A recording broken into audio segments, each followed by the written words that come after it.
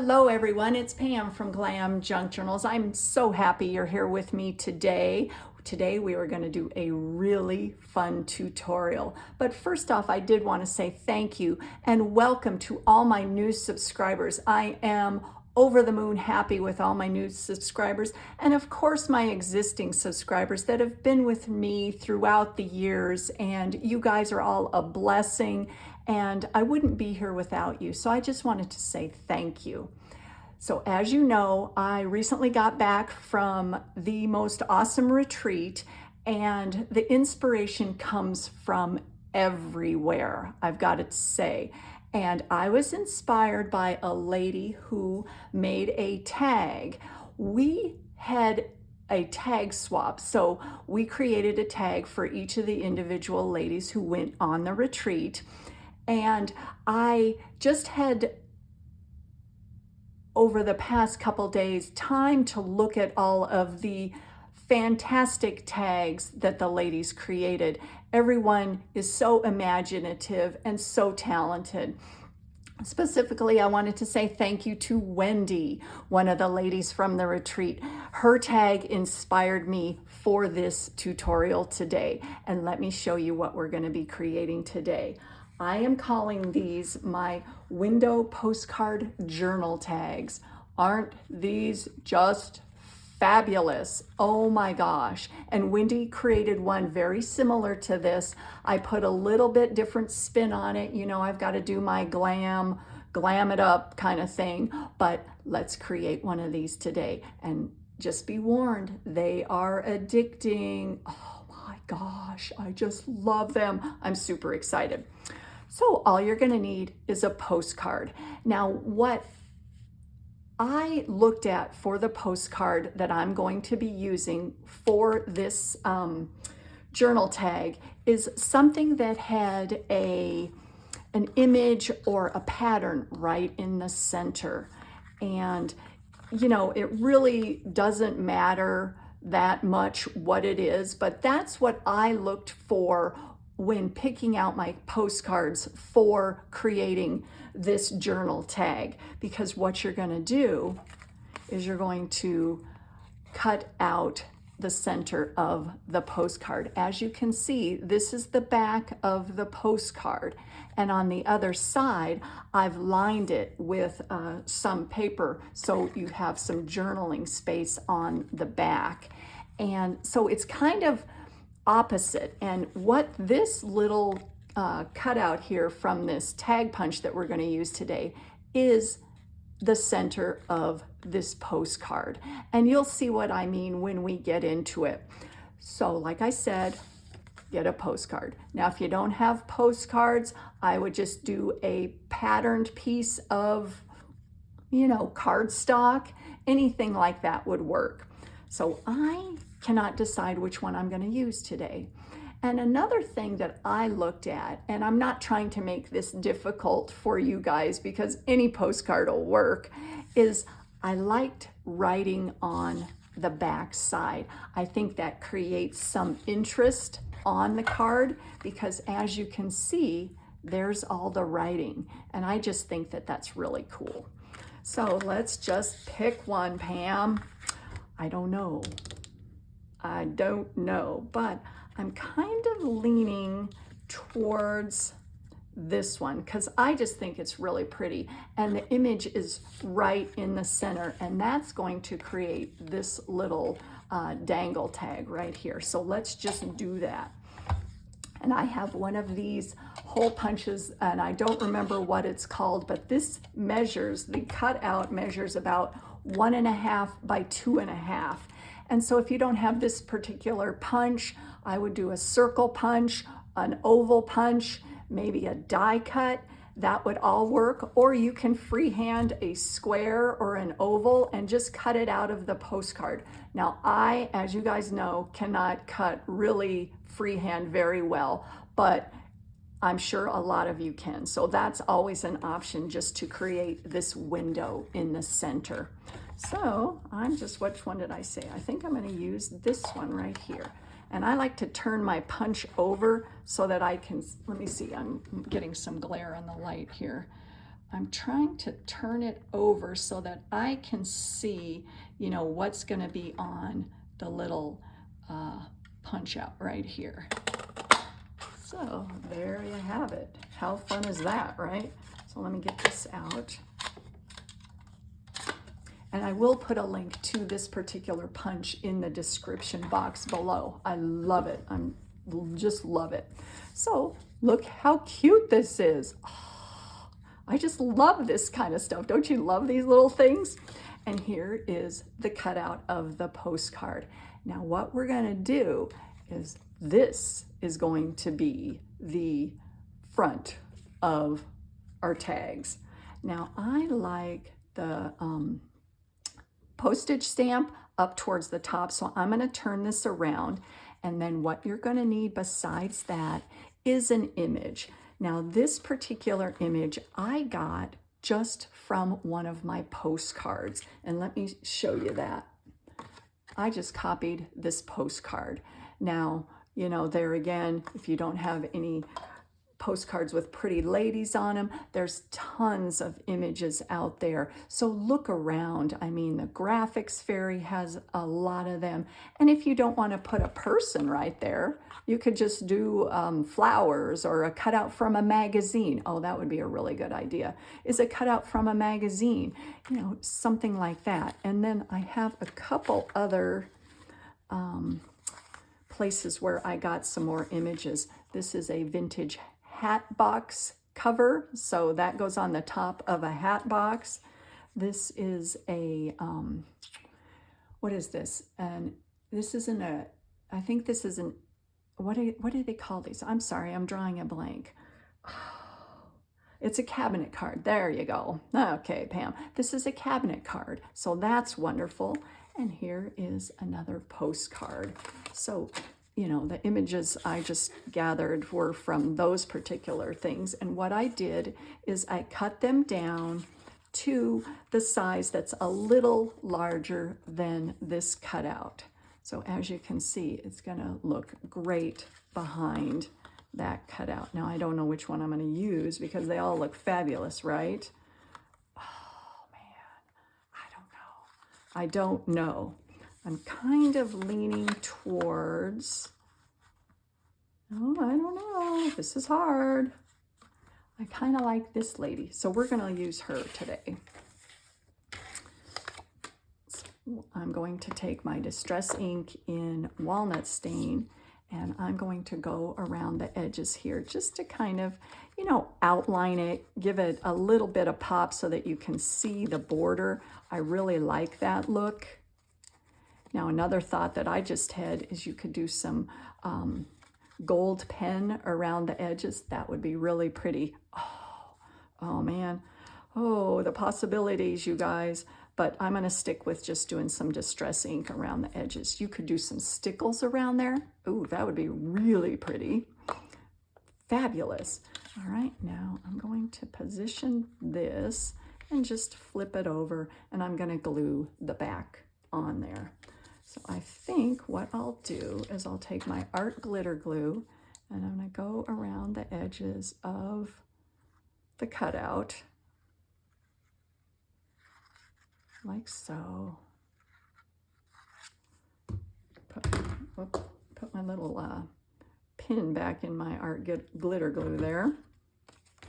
All right, now I have to make sure that I've got the top towards the top here because I have a tendency to put stuff upside down. All right, I'm gonna lay that down and just kind of move it just to make sure she's right in the center, and that looks absolutely beautiful. Oh, how fun is this? Isn't this cool? Oh my gosh. And then from here, we're going to back it. Now, this particular paper is 48-pound cardstock, and it's my Epson Premium Matte Presentation Paper Premium. I don't remember the order that it goes in, but this particular pattern is from the Graphics Fairy Premium membership, and I like this pattern because it looks distressed, but I just copied it onto a plain piece of paper, and I love that image. And this is the Tattered Treasure paper from the graphics fairy. So what I've done is I've cut it out to be the exact same dimensions as my postcard, and I'm just going to glue the back. And I am going to use my Fabri-Tac just to get a good glue across the whole thing. Put that down. And I'm going to line this up on the back side. And I just think that that looks so cool. Oh man, who knew postcards could be this much fun? Well, I did. I kind of hoard postcards. Do you guys do that? I mean, I have a ton of them and I can't stop. It's, yeah, it's kind of an addiction. And then from here, I do see that it's a little bit too big. Let me see if I can cut that with my scissors here. Just cut it down just a little bit. And another fun thing is I just love to think of where these postcards originated and, you know, their travels, where they've been to, you know, where they came from. Oh, I just think it's so cool. And then they're ending up on my desk in Arizona. I just love that. And I don't see the date on this one. Whoops. But they're all the early, 1905, 1906. I just think that that's so, so cool. All right, and I'm going to distress the edges of this because I just think this is the coolest. It says, I cannot come down today, but it doesn't make any difference about something. And it's like you can't call someone and say, or text them and say, hey, I can't show up. You have to send them a postcard? That's so funny. Oh my gosh, I just love that. I love that. So I'm going to go along the back side too.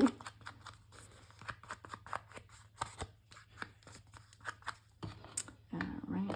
And oh yeah, and another thing that I forgot about is the Graphics Fairy does have postcards. And I'm sure a lot of the other digital creators out there have postcards too that you can just print. Oh, just so fun. So what I'm going to do, like I did on my example, is I'm going to sew around the edges and I'll be right back and we're just going to finish this up. So hold on just a sec. All right, I have finished and I just sewed around the edge of the postcard with a decorative stitch. So we're going to continue on here. And I was thinking, okay, when you're looking for your postcard, right, maybe one is really ugly, and I know we've all seen those, but it has really cool writing on the back. And then you find another one that's really pretty on the front with the design, but it doesn't have any writing. Well, use two. And I'm like, duh, right? Cut out, punch out the pretty image on one and use another for the background here. Now, albeit the writing won't match exactly, but I don't think that really matters. I just think, you know, it's a good option if you don't have the perfect postcard. And another thing that I like about the vintage postcards is a lot of them are embossed, as you can see. And I just think that that's fabulous. I don't think we have that many nowadays that are embossed. So, all right, what was I talking about? Oh yeah, next step. Let's punch a hole with the crocodile. And so I'm gonna use the little hole on that side right there. And then the larger hole up at the top. Put that right there. And I am going to add an eyelet on the top of this. Right like that.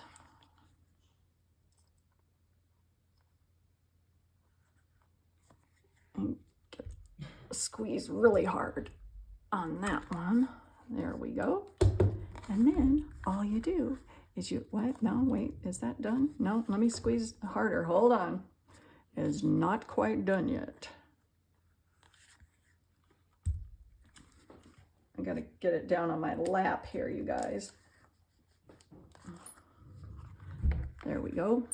I think, yeah, that works. And then, okay, let's pick out a ribbon or some sort of tie up for the front. So I've got a couple different options here. I don't know what goes with that. Maybe my greenie or this bright orange one, or the green. Oh, that looks pretty. Let's use this one. All right, so I'm gonna get out my pokey tool and just poke this right through the hole there.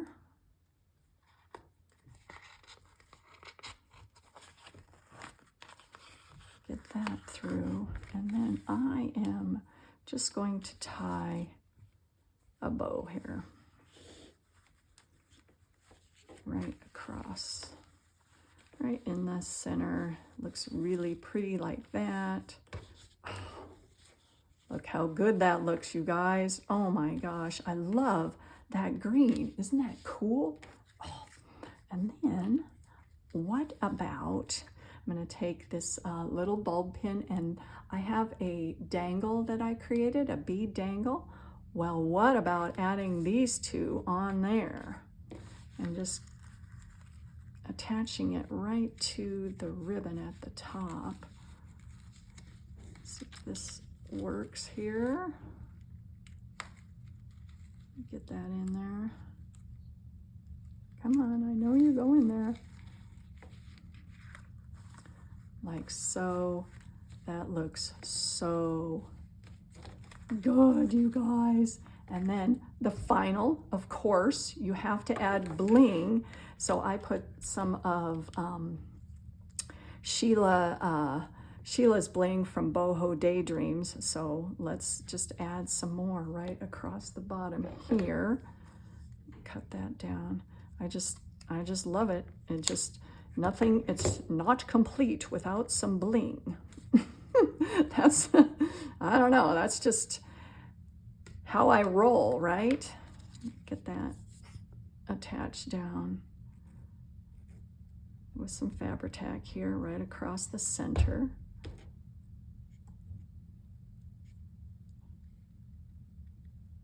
Oh my goodness. Look at these, you guys. This is so fun. Whoops, messed up. There we go. No, it's not a mess up. But possibilities are endless. I mean, just the ribbon you use, the images you use, the embellishments that you can put on here, you know, buttons. Oh, just, oh gosh, I could go on and on for days. So I hope you guys enjoyed this. This is one of those quick and easy projects that you can just, you know, get quite addicted to. And I am going to definitely be making some more of these. So I wanted to say thank you again to my friend Wendy, who I met at the retreat, for the inspiration. And thank you to all of you for being here with me and supporting my channel, liking and subscribing to my videos. It truly means the world to me. So I hope you guys all have a wonderful day, and I will see you very soon in my next video. Bye.